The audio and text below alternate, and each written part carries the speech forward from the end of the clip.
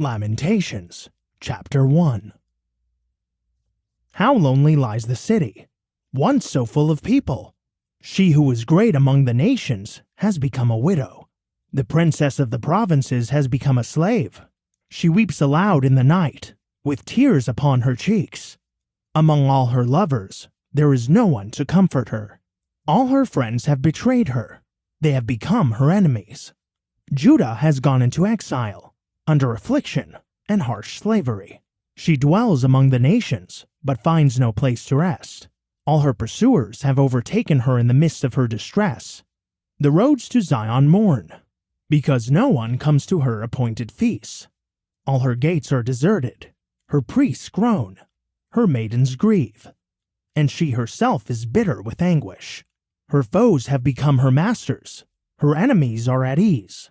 For the Lord has brought her grief because of her many transgressions. Her children have gone away as captives before the enemy. All the splendor has departed from the daughter of Zion.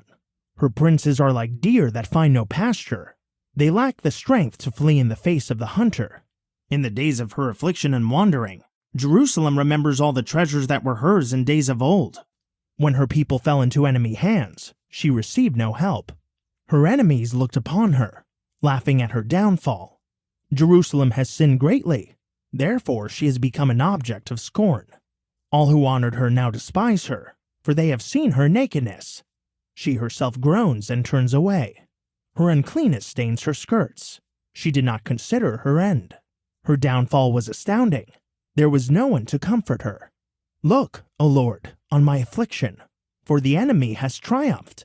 The adversary has seized all her treasures. For she has seen the nations enter her sanctuary, those you had forbidden to enter your assembly. All her people groan as they search for bread. They have traded their treasures for food to keep themselves alive. Look, O Lord, and consider, for I have become despised. Is this nothing to you, all you who pass by? Look around and see. Is there any sorrow like mine, which was inflicted on me, which the Lord made me suffer on the day of his fierce anger? He sent fire from on high, and it overpowered my bones. He spread a net for my feet, and turned me back. He made me desolate, faint all the day long. My transgressions are bound into a yoke, knit together by his hand. They are draped over my neck, and the Lord has broken my strength. He has delivered me into the hands of those I cannot withstand. The Lord has rejected all the mighty men in my midst. He has summoned an army against me to crush my young warriors. Like grapes in a winepress, the Lord has trampled the virgin daughter of Judah. For these things I weep. My eyes flow with tears, for there is no one nearby to comfort me, no one to revive my soul. My children are destitute, because the enemy has prevailed. Zion stretches out her hands, but there is no one to comfort her. The Lord has decreed against Jacob that his neighbors become his foes. Jerusalem has become an unclean thing among them. The Lord is righteous, for I have rebelled against his command. Listen, all you people. Look upon my suffering. My young men and maidens have gone into captivity. I called out to my lovers, but they have betrayed me. My priests and elders perished in the city, while they searched for food to keep themselves alive. See, O Lord, how distressed I am. I am churning within. My heart is pounding within me, for I have been most rebellious. Outside the sword bereaves. Inside there is death. People have heard my groaning, but there is no one to comfort me. All my enemies have heard of my trouble. They are glad that you have caused it. May you bring the day you have announced, so that they may become like me. Let all their wickedness come before you, and deal with them as you have dealt with me, because of all my transgressions. For my groans are many, and my heart is faint. Lamentations, Chapter 2. How the Lord has covered the daughter of Zion with the cloud of his anger. He has cast the glory of Israel from heaven to earth. He has abandoned his footstool in the day of his anger. Without pity, the Lord has swallowed up all the dwellings of Jacob. In his wrath, he has demolished the fortified cities of the daughter of Judah. He has brought to the ground and defiled her kingdom and its princes. In fierce anger he has cut off every horn of Israel, and withdrawn his right hand, at the approach of the enemy. He has burned in Jacob like a flaming fire that consumes everything around it. He has bent his bow like an enemy. His right hand is positioned. Like a foe, he has killed all who were pleasing to the eye. He has poured out his wrath like fire on the tent of the daughter of Zion. The Lord is like an enemy. He has swallowed up Israel. He has swallowed up all her palaces and destroyed her strongholds. He has multiplied mourning and lamentation for the daughter of Judah. He has laid waste his tabernacle like a garden booth. He has destroyed his place of meeting. The Lord has made Zion forget her appointed feasts and Sabbaths. In his fierce anger, he has despised both king and priest.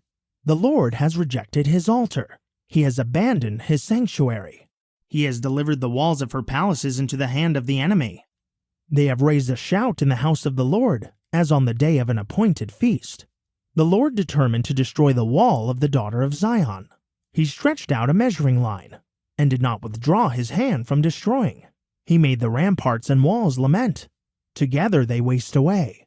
Her gates have sunk into the ground. He has destroyed and shattered their bars. Her king and her princes are exiled among the nations. The law is no more, and even her prophets find no vision from the Lord. The elders of the daughter of Zion sit on the ground in silence. They have thrown dust on their heads and put on sackcloth. The young women of Jerusalem have bowed their heads to the ground. My eyes fail from weeping. I am churning within. My heart is poured out in grief over the destruction of the daughter of my people, because children and infants faint in the streets of the city. They cry out to their mothers, "Where is the grain and wine?" as they faint like the wounded in the streets of the city, as their lives fade away in the arms of their mothers. What can I say for you? To what can I compare you, O daughter of Jerusalem?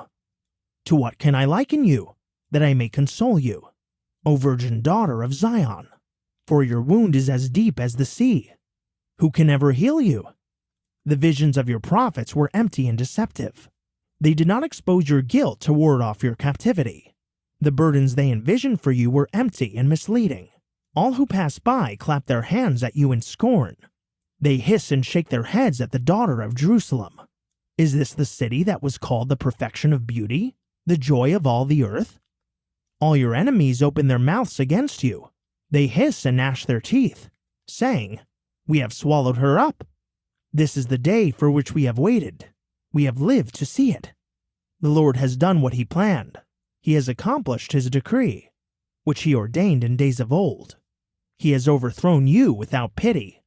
He has let the enemy gloat over you, and exalted the horn of your foes. The hearts of the people cry out to the Lord. O wall of the daughter of Zion, let your tears run down like a river day and night. Give yourself no relief, and your eyes no rest. Arise, cry out in the night from the first watch of the night. Pour out your heart like water in the presence of the Lord. Lift up your hands to him, for the lives of your children who are fainting from hunger on the corner of every street.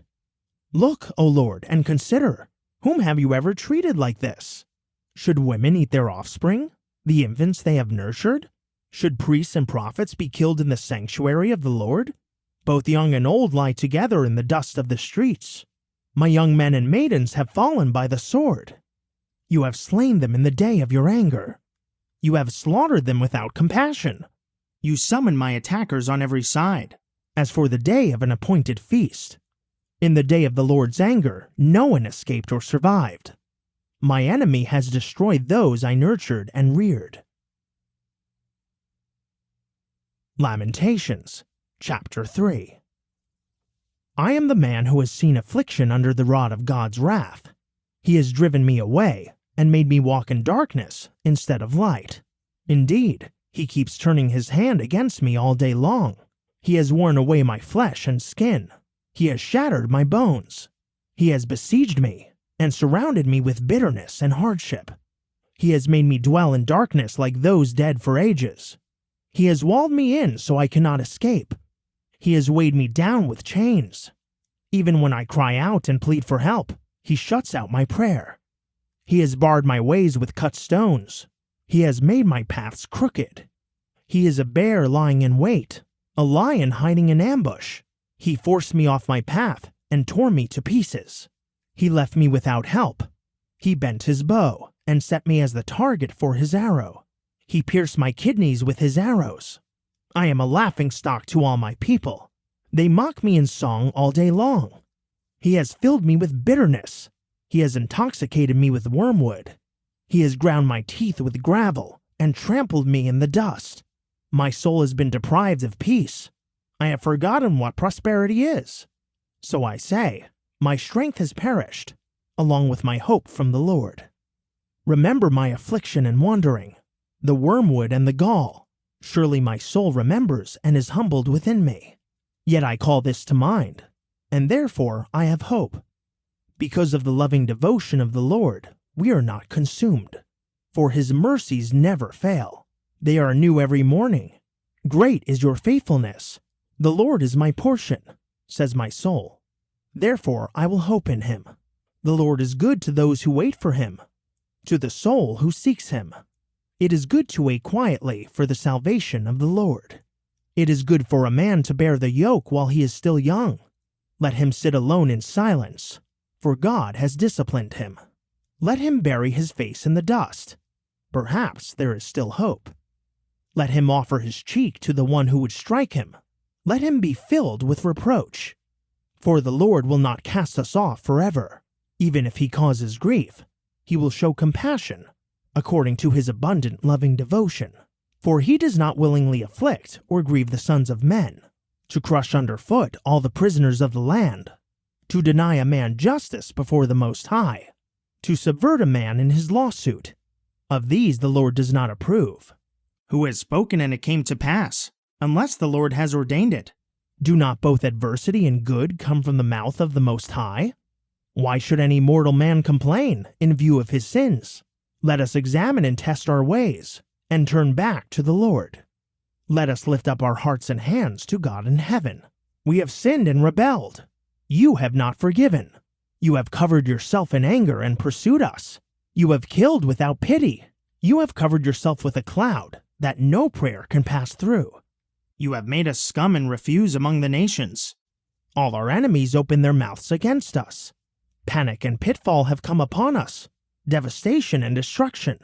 Streams of tears flow from my eyes over the destruction of the daughter of my people. My eyes overflow unceasingly, without relief, until the Lord looks down from heaven and sees. My eyes bring grief to my soul because of all the daughters of my city. Without cause my enemies hunted me like a bird. They dropped me alive into a pit and cast stones upon me. The waters flowed over my head, and I thought I was going to die. I called on your name, O Lord, out of the depths of the pit. You heard my plea. Do not ignore my cry for relief. You drew near when I called on you. You said, do not be afraid. You defend my cause, O Lord. You redeem my life. You have seen, O Lord, the wrong done to me. Vindicate my cause. You have seen all their malice, all their plots against me. O Lord, you have heard their insults, all their plots against me. The slander and murmuring of my assailants against me all day long. When they sit and when they rise, see how they mock me in song. You will pay them back what they deserve, O Lord, according to the work of their hands. Put a veil of anguish over their hearts. May your curse be upon them. You will pursue them in anger and exterminate them from under your heavens, O Lord. Lamentations, chapter 4. How the gold has become tarnished, the pure gold has become dull. The gems of the temple lie scattered on every street corner. How the precious sons of Zion, once worth their weight in pure gold, are now esteemed as jars of clay, the work of a potter's hands. Even jackals offer their breasts to nurse their young. But the daughter of my people has become cruel, like an ostrich in the wilderness. The nursing infant's tongue clings in thirst to the roof of his mouth. Little children beg for bread, but no one gives them any. Those who once ate delicacies are destitute in the streets. Those brought up in crimson huddle in ash heaps. The punishment of the daughter of my people is greater than that of Sodom, which was overthrown in an instant, without a hand turned to help her. Her dignitaries were brighter than snow, whiter than milk. Their bodies were more ruddy than rubies, their appearance like sapphires. But now their appearance is blacker than soot. They are not recognized in the streets. Their skin has shriveled on their bones. It has become as dry as a stick. Those slain by the sword are better off than those who die of hunger, who waste away, pierced with pain because the fields lack produce. The hands of compassionate women have cooked their own children, who became their food in the destruction of the daughter of my people. The Lord has exhausted his wrath. He has poured out his fierce anger. He has kindled a fire in Zion, and it has consumed her foundations. The kings of the earth did not believe, nor any people of the world, that an enemy or a foe could enter the gates of Jerusalem. But this was for the sins of her prophets and the guilt of her priests, who shed the blood of the righteous in her midst. They wandered blind in the streets, defiled by this blood, so that no one dared to touch their garments. "Go away, unclean," men shouted at them. "Away, away, do not touch us." So they fled and wandered. Among the nations it was said, "They can stay here no longer." The presence of the Lord has scattered them. He regards them no more. The priests are shown no honor. The elders find no favor. All the while our eyes were failing as we looked in vain for help. We watched from our towers for a nation that could not save us. They stalked our every step, so that we could not walk in our streets. Our end drew near. Our time ran out, for our end had come. Those who chase us were swifter than the eagles in the sky. They pursued us over the mountains and ambushed us in the wilderness. The Lord's anointed, the breath of our life, was captured in their pits. We had said of him, "Under his shadow we will live among the nations." So rejoice and be glad, O daughter of Edom, you who dwell in the land of Uz. Yet the cup will pass to you as well, and you will get drunk and expose yourself. O daughter of Zion, your punishment is complete. He will not prolong your exile, but he will punish your iniquity. O daughter of Edom, he will expose your sins. Lamentations, chapter 5. Remember, O Lord, what has happened to us. Look and see our disgrace. Our inheritance has been turned over to strangers, our houses to foreigners.